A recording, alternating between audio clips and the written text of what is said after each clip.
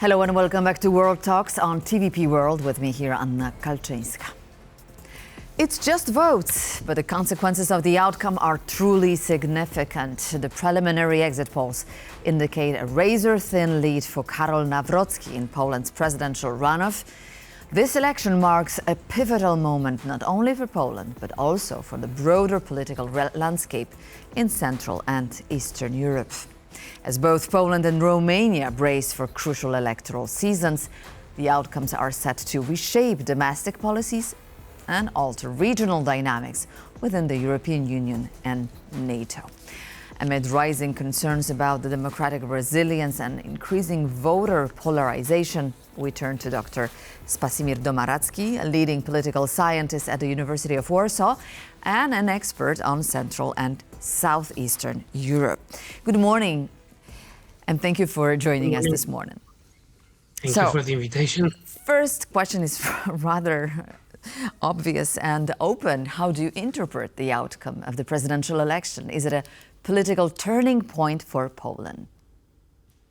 Well, let's put it that way. I think that it is quite obvious that the results from the first round were quite telling how difficult it will be for Rafał Trzaskowski to close the gap and make sure that he will keep his first place. Regardless of the fact that he won the first round, first of all, it was with a very tight margin towards Nawrocki. But what is more important is that actually 20% of the popular vote went to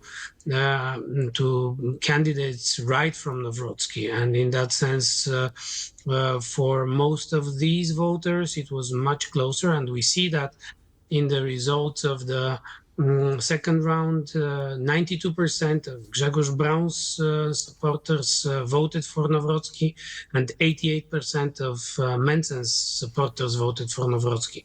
The challenge for Trzaskowski was how, on one hand, to keep the support from the left, which he had, and also to attract the votes of those from the right, which in practical terms seems like a mission impossible. And this is what we see as a final result. In that sense, it has become clear that we have a sound criticism within the Polish society.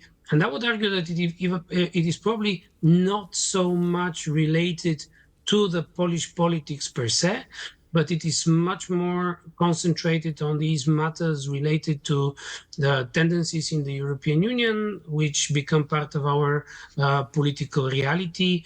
We see the negative attitude towards the European Union's CCT as too. We see the negative attitude towards the migrants, which is always a cheap source of political accumulation of support. So in that sense, what we see is a consequence of this negative attitude towards all European tendencies. All right, so let me pursue in this direction, this avenue. So given Nawrocki's alignment with, let's say, conservative values and skepticism towards the EU, how his win and his presidency will influence Poland's relations with the European Union? Well, let's put it that way. We should not forget that, of course, as long as it comes to the president's office, it is not the institution that shapes the nature of relations between Poland and the EU.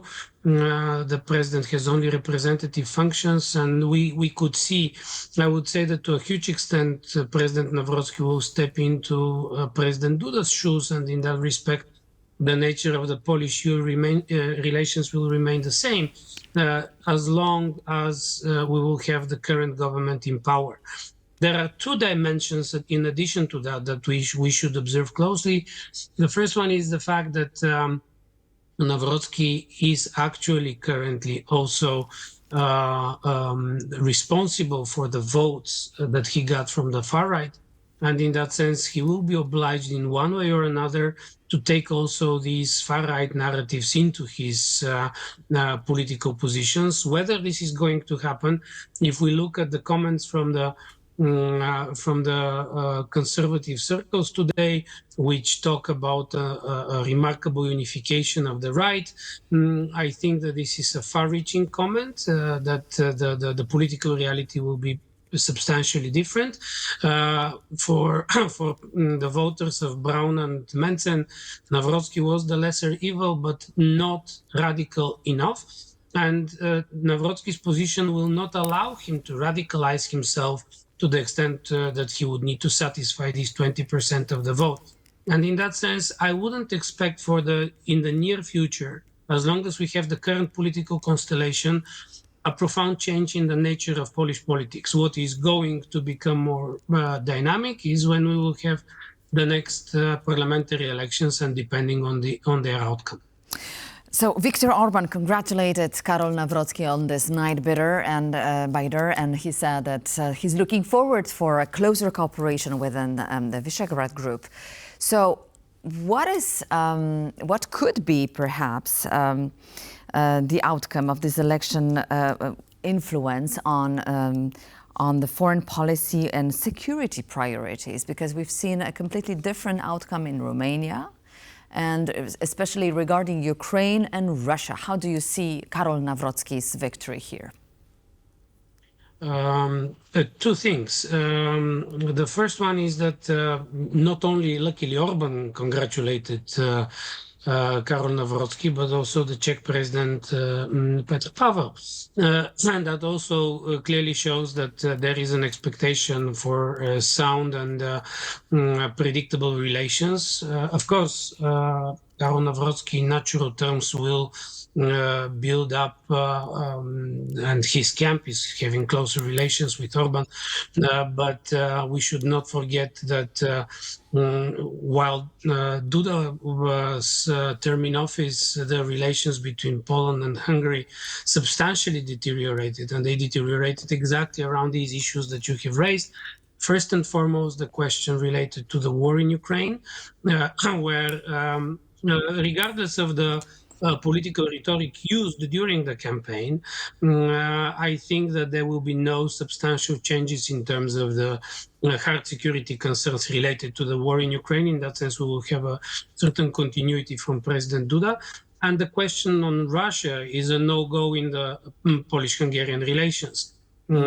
Orban's attitude and Orban's economic logic, which he tries to push forward within the EU as a source of destabilization of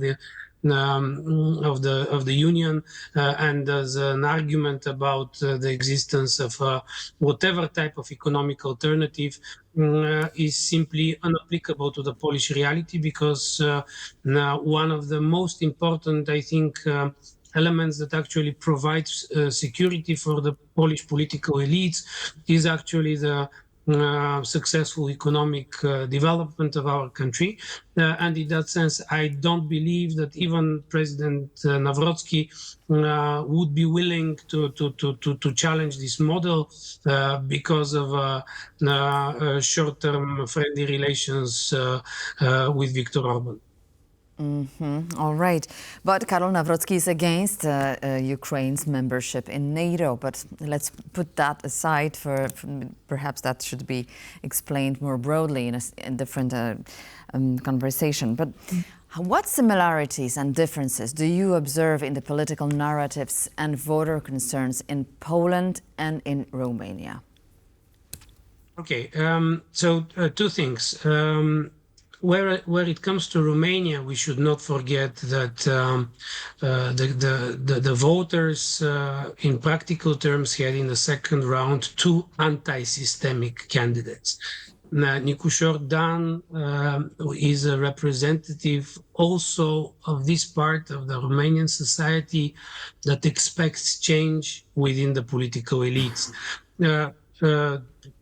When we look at the Polish reality, it is a completely different environment. What we see is actually the enduring existence of this, what we call duopoly, or the existence of two main political parties that in practical terms control the political strand.